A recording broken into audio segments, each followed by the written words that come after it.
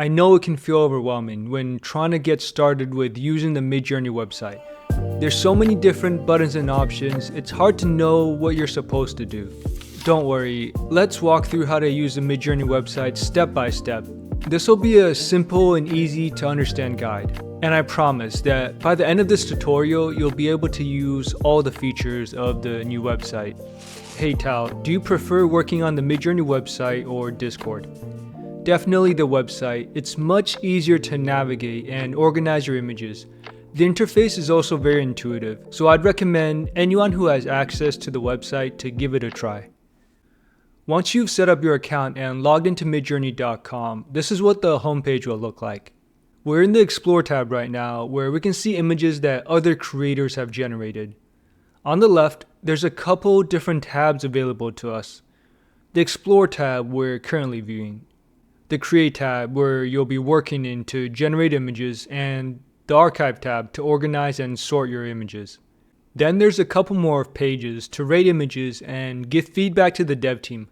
For now, let's dive right into generating images. But first, I'm gonna switch the color theme of the website from light mode to dark mode with this button in the bottom left. This is just a personal preference, but I find it much easier on my eyes. To start generating images, let's go to the Create tab that looks like a paintbrush icon. The Create tab is your main workspace for Midjourney. Here's where you'll prompt for your pictures and customize them to your liking.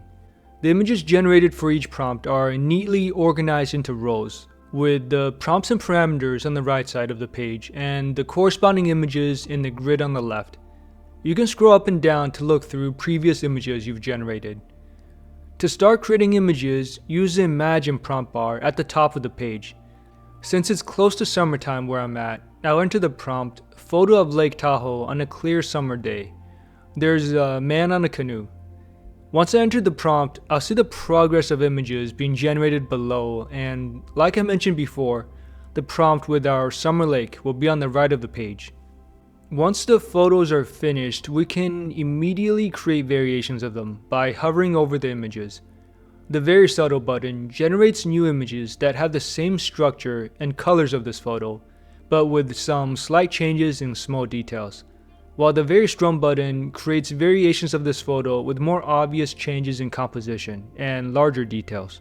If we take a look at the photos generated with Very Subtle, they more or less look the same with minor differences in the location of the canoe. But the photos created with Very Strong have much larger changes in the geography of the trees and mountains in the background. Now that we've created our first images, let's take a look at the settings menu, which gives us all kinds of different customization options for our images. I'll prompt for a 3D render of an isometric Asian shrine created in Blender. To access the settings menu, navigate to this icon with 3 horizontal bars and circles inside the image tab. The first thing we can change is the image size or aspect ratio. You can switch between a vertical portrait image, the default square image, or a horizontal landscape. You can also drag this slider underneath to get even more options for the aspect ratio. I've generated some images with a default square 1:1 aspect ratio, then a wide 16:9 aspect ratio, and also a vertical 2:3 portrait aspect ratio. Notice how underneath the prompt is this small bubble that shows the aspect ratio settings we used. All the custom settings will be displayed here. Click on it to reuse that setting inside the prompt box. And --AR 2:3 is pasted into the prompt. The 2 dashes, followed by parameter name and value, is a shortcut way of using custom parameters in Midjourney without the settings menu. In this case, it generates images with a vertical 2:3 aspect ratio. Let's take a look at some other settings. In the aesthetics box, we have stylization, weirdness, and variety.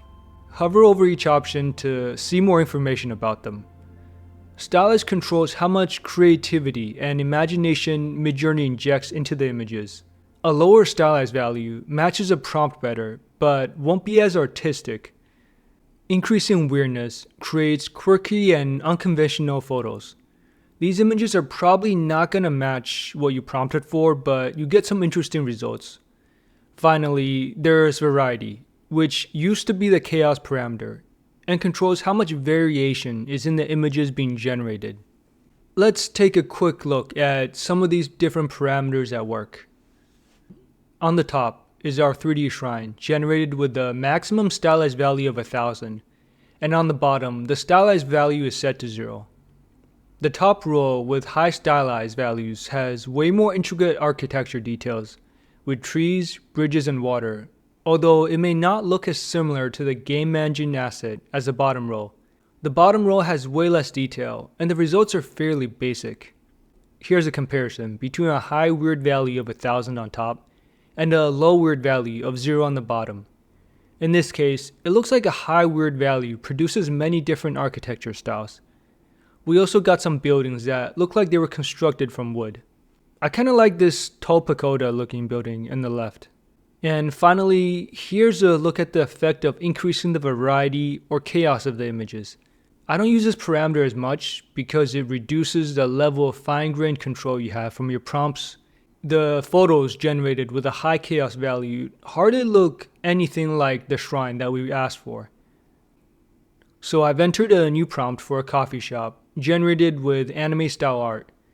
If you hover over the parameter in the settings menu, on the right side of the info box, it tells you the parameter shortcut you can directly enter into the prompt. For stylization, this is --stylize. So let's try adding --stylize 300 into the prompt.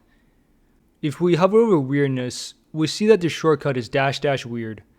So let's also add in --weird 20 into our prompt. Now, next to our images, we can see all the different parameters we've used of aspect ratio, stylize, and weird. I'm also using Niji6, which is a specialized Midjourney model for anime and illustration style images. We can switch up the Midjourney model that we're using in the Model tab. The two I'd recommend you use would be version 6, which is the newest default Midjourney model and produces the highest quality images, and Niji 6, which is the anime style model. The Niji 6 model is really powerful, and I've had a lot of fun prompting for anime style images with it.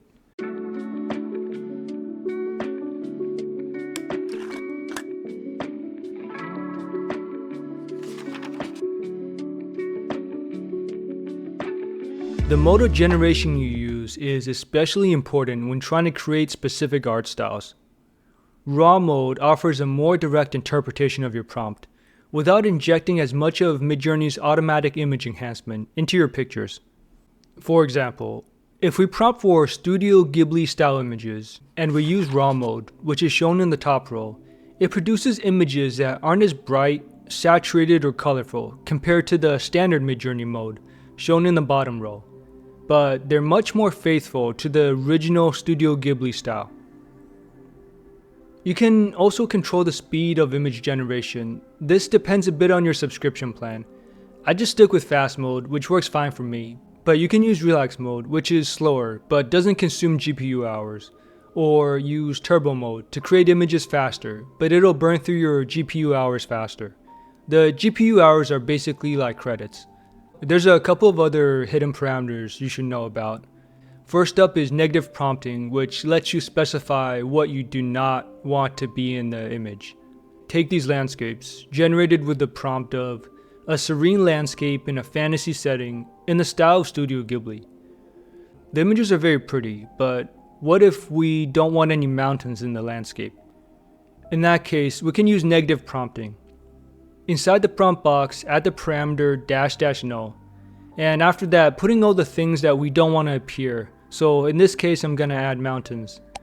Then when I generate the landscapes, Midjourney will avoid generating photos with mountains. Negative prompting is a super useful parameter that you should definitely be taking advantage of. Next up is tile, which lets you generate repeating patterns for fabrics or wallpaper. Just add --tile at the end of your prompts and Midjourney produces a repeating pattern for you. Then to create the full tile pattern, open up an image and download it with a downwards arrow button. Don't worry, we'll cover all the other options here in a second. Then head over to pychun.com/checker. I'll put the link in the description. Upload the tiled image we just created, and then drag the slider around to change the size of the pattern. When you're happy with it, you can download it for free. This is one of the most underrated features of Midjourney. I'm always surprised to see how nicely the tiled patterns turn out. The Permutations feature will save you a lot of time when you're prompting, and it lets you iterate through your designs very quickly. It's accessed with these curly brackets in the prompt shown here. Inside the brackets, you can separate keywords or phrases with commas. For instance, the different colors of blue, orange, green, and red. And Midjourney will run multiple versions of the same prompt with the different colors at the same time, so we don't have to run 4 different commands separately.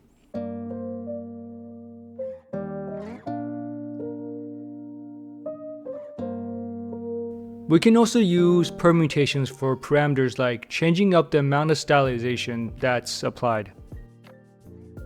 In these images of the female astronaut, you can see that it slowly becomes more and more stylized.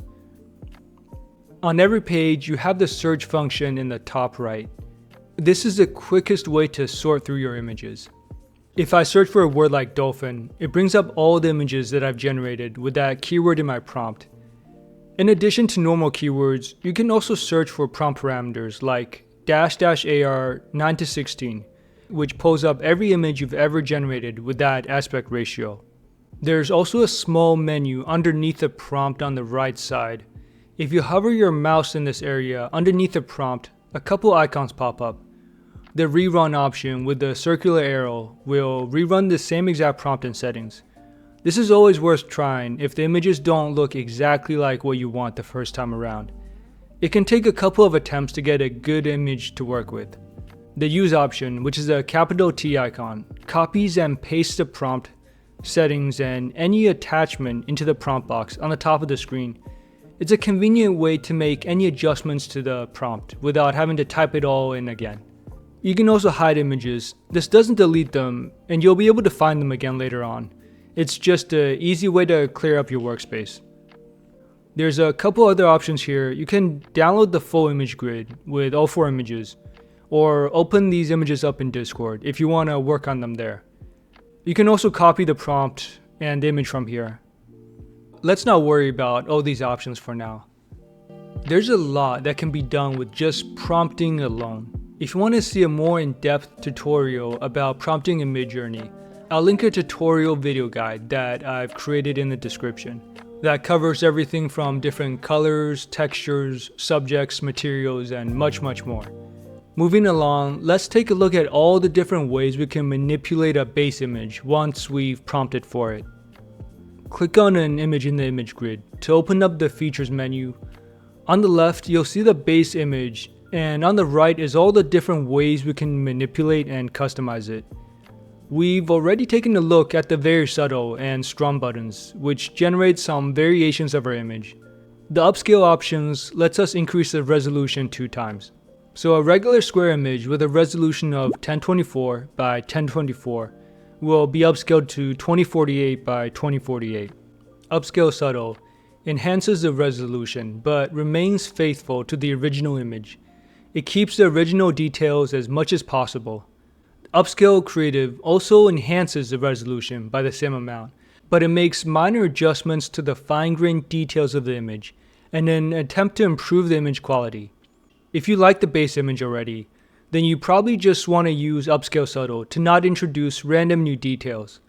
But Upscale Creative is really useful for images like this one. I've generated a photo with multiple people in it, and if you look closely, the faces don't look quite right. The eyes clearly show that this is not a real photo and is AI generated. They just look weird. Here's what it looks like when the Upscale Subtle feature is used. The resolution is enhanced, but the facial features haven't changed much and the eyes still look wrong. If we check the Upscale Creative image though, the faces look way better. The eyes now look more natural and human. It's not perfect and there's still some slight issues, but it's way better than the original image. By the way, next to your prompt on the right side, there's these red text bars that tell you what types of features you've applied to your images, whether that's an upscale or a variation, or anything else. The remix feature does exactly what it sounds like. You can take the general composition and subjects inside this photo of hikers and evolve it to have a different setting or style. Let's see an example. I'll use a remix auto feature, which is gonna paste the prompt into the prompt bar. And then you'll see the image attached with the red text remix to let you know you're using remix mode. Now let's add in that they're in snow-covered mountains and wearing winter hiking gear. This should generate an image that keeps a similar general composition but switches up the environment.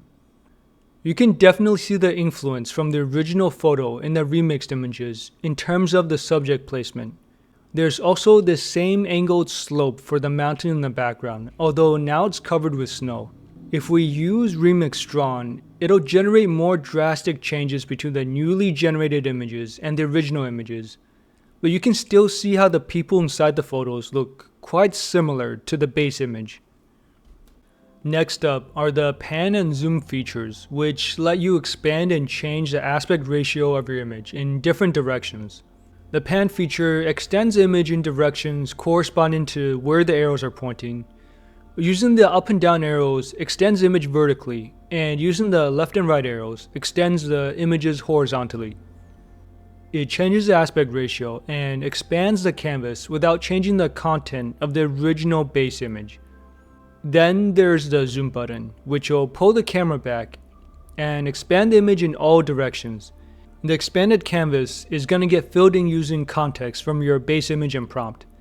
This might lead to some pretty unexpected effects though, like the floating architecture in some of these images. The Change AR feature is like a much more customizable version of the pan feature. It lets you directly choose the aspect ratio you want to expand to by using the slider at the bottom. The gray outline box around the base image shows how the borders of the canvas is going to get expanded to.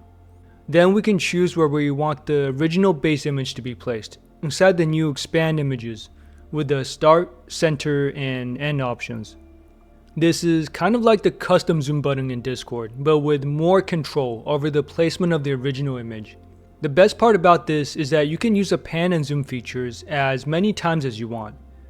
As far as I can tell, you can't combine the pan and zoom features with the remix mode on the website like you can in the Discord Midjourney version, but I'm sure they'll add that soon. We've already discussed the Rerun button, which just runs the same exact prompt again. The Vary Region button is Inpainting. It lets you edit specific parts of an image. You can use either the rectangular selection tool to select a grid, or use the lasso tool to select a more refined region. If you make a mistake in your selection, just right-click to undo. Then inside the prompt box below, we can edit the prompt adding whatever new objects or details we'd like. I'll adding an ancient pyramid structure in the background that's covered with plant life, moss and flowers with a large stairway. Once we enter that prompt, we'll get confirmation that the generation job has started. And here's the new images with the inpainted pyramid. The Vary Region tool is especially useful for photos that Midjourney can't naturally generate. What do I mean by that? Here I prompted for full body shot of the Joker wearing Spider-Man's costume. I wanted him to be wearing the iconic Spider-Man outfit, but for the most part, it just generates a Joker wearing a jacket and pants with red colors and stripes. But the Spider-Man costume doesn't really show up in these. Instead, we can try generating a photo of Spider-Man in his costume, and then use the Vary Region to inpaint the Joker's head onto that. With this photo of Spider-Man, I'll use the Vary Region tool to carefully select the shape of where I want the Joker's head to be, and then change the prompt underneath to the Joker. A couple of the resulting images weren't able to successfully add the Joker to them, but the first and last photos worked okay, and we see the Joker wearing a Spider-Man costume. Up to no good, I'm sure. In the last row, there's features labeled Use. We have Image, Style, and Prompt. Image uses this base image as an image prompt. Click on it and inside the prompt box, you'll see the current image as an attachment. Style transfers a style from the current image into a new image, which lets you generate multiple images with a consistent style. And Prompt simply copies and pastes the current prompt into the prompt box. We'll cover how to use image references in the next section of this tutorial. For now, let's finish up with the other features here. This downwards pointing arrow is a download icon. The magnifying glass is search, and it finds other images from other users that are similar to the current image. It looks like there's a lot of other people making photos of the Joker, although we're the only ones giving him a Spider-Man costume. Finally, you can favorite the image, which makes it easier to find later on.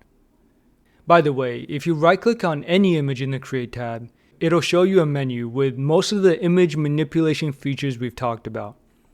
You can't use pan or zoom here, but other features like Vary Region or Upscaling can be done. If you're just getting started with Midjourney or need some inspiration for what types of prompts to use, go and check out my ebook guides that cover everything you need to know about prompting. Some of these are completely free and easy to understand, so make sure to pick one up. I'll post the links in the description. Now let's move on to using images as references. Midjourney has come a long way from when it started, where there weren't really that many options for image prompting, but nowadays you can use images for generating consistent characters or getting a consistent style for all of your photos. This section of the tutorial will cover all the different ways you can use image references in Midjourney. To upload a reference image, use the plus icon in the prompt bar. From there, we can choose a file from our computer to upload. I'll start with this image with a silhouette of a man and light rings behind him. The first thing we can do is ask Midjourney to describe the image for us. Just hover over the image and click on this icon with a letter I in it. This generates a set of phrases that describe what the prompt for an image like this will look like. We can pick and choose from these and add them into the prompt box. It won't generate the same exact image for us, but it'll give us some ideas for how to generate similar images. This is a really useful function if there's a specific image you like, but you're not sure how to prompt for a similar image as that. Another way to upload reference images is to just directly drag and drop them from the website. If we upload multiple reference images, we can actually blend them together. So I'll drag in this picture of a shrine, and then next to it, I'm gonna drag and drop this image of a landscape photo of a cherry tree floating in the ocean. Since both images have a portrait aspect ratio, I'll add in --AR 2:3 so that the blended image will also have a portrait orientation. When we go ahead and generate the blended photo, the result will be some combination of the shrine and the tree in the ocean. You can blend more than 2 images. I don't think there's actually a limit anymore, but the more images you blend, the less the final resulting picture will look like any of them. We can use image prompts to embed all sorts of different concepts into our images, such as textures and patterns. I'll upload this image of a geometric pattern, and then prompt for full body shot of a runway model wearing a dress. She has brunette hair and is wearing heels. --AR 9:16. The results we get do look inspired by the reference photo we've uploaded, but we can't see the head of the model, and it's hard to separate the floor from the model's dress. To deal with this, we can adjust the image weight. The image weight controls how much influence the reference image has on the generated photo. It's used by adding --IW to the prompt, and for version 6, this is a number between 0 to 3. With the default being 1. Let's try to turn this down a bit. I'll use a capital T icon to paste the prompt and reference image into the prompt bar, and then add --IW 0.3 at the end. Now the generated images won't have as much influence from the reference image, so that the figure of the model is much more clear. But we can still see a lot of inspiration from the image prompt in the colors and geometric patterns on the dress. We can also use image references to generate multiple photos with the same consistent style. Here's a pretty well-known art piece. After attaching it to the prompt box, if we hover over the small picture icon, 3 options pop up. The first option, which looks like a humanoid icon, is a character consistency feature.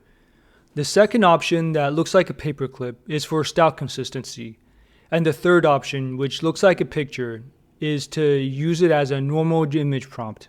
Let's select the paperclip icon to use it to generate a consistent style. Now inside the prompt, I'll use retro wall art of a spaceship with a 2 to 3 aspect ratio. When I run this job, it should generate posters of spaceships, but with the style of a reference image. And that's exactly what we get. You can clearly see the influence from our reference photo in the generated images. I repeated this process for a couple of different prompt subjects, like seahorses or cactus plants, and there's that same consistent vintage Asian style for all of them.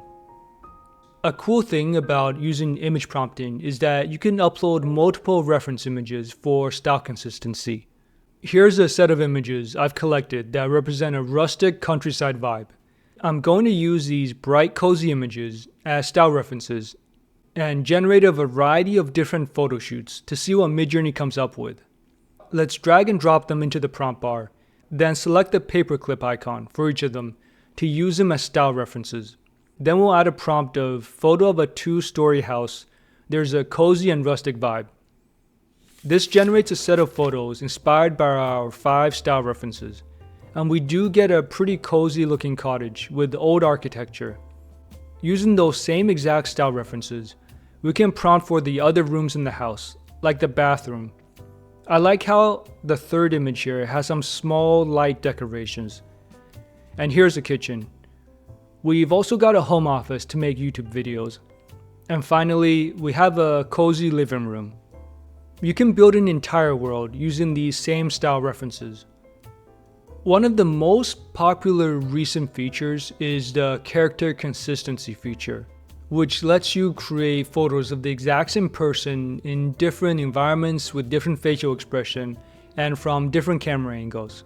I've generated some base images for this young Hispanic woman wearing a pink sweater. To use one as a character reference, drag it into the prompt bar, and then we'll pick the person icon. For consistent character photos, I started by pasting in the prompt. Let's try using a different camera angle, like a side profile shot from the side. Let's give her a happy expression, and we'll also put her in a new environment, like a garden outside, during golden hour for nice lighting. The generated images won't always resemble the reference photo you use. The character consistency feature identifies key facial features in the reference photos and generates that, but sometimes it can produce a caricature type of effect. So you might need to try a couple of different reference photos to find one that works well. A key parameter you need to know about is character weight. It's a value between 0 to 100. It controls how much creativity you can inject into your images. The default value is 100, which focuses on replicating the face, hair, and clothing of the reference. But the smaller you make this value, the more freedom it gives you in controlling the clothing, hairstyle, and actions of the character. Why don't we prompt for her to be reading a book in a library, but this time wearing a white collared shirt instead of her pink sweater. Then I'll add in --CW10 to turn the character weight down. This allows us to change her attire. And in the resulting images, she is wearing a white collared shirt, just like we asked for. If we take a look at what happens if we use a default character weight of 100, you can see that Midjourney isn't able to switch out her clothing with the white collared shirt. One of the most common questions I get asked is if it's possible to generate multiple consistent characters in the same photo in Midjourney. I've posted a video tutorial for that, so I'll also link that in the description if you want to take a look. The best thing about the Midjourney website is how easy it is to organize and sort through all of your images. The Archive tab is where you can easily find specific images or put them into folders. The first thing you'll want to customize is the view options. You can leave them as a default square thumbnails layout, which crops your images to squares. But I personally like to change this to the full layout so I can see the entire image. We can also adjust the image size displayed on the screen. Next up is the Filters tab, where you can choose which types of images you want to show. For example, I may only want to see images that I've upscaled and have a vertical portrait orientation. You can always also use a Search tab to narrow down the images displayed even more. I might only want to see upscaled portrait images that have the word tree in their prompts. The Folders tab is a great way to organize your work. Let's create a folder and give it the name Ancient Ruins. We can then directly drag and drop images from the viewing gallery into that folder. So let's add in a couple to test, and then if we open up Ancient Ruins, we'll see those images inside. We can also make smart folders that lets us organize images by prompt keywords. I'll create a new folder titled Instant Cameras. Then if I check the Smart Folder option, I'll be able to enter search terms. If I'm adding some keywords here like Polaroid, Insta-X, disposable camera, all separated by commas, it automatically adds all photos created with those keywords in the prompts to my instant photography folder. It'll take a second and you might need to refresh the page.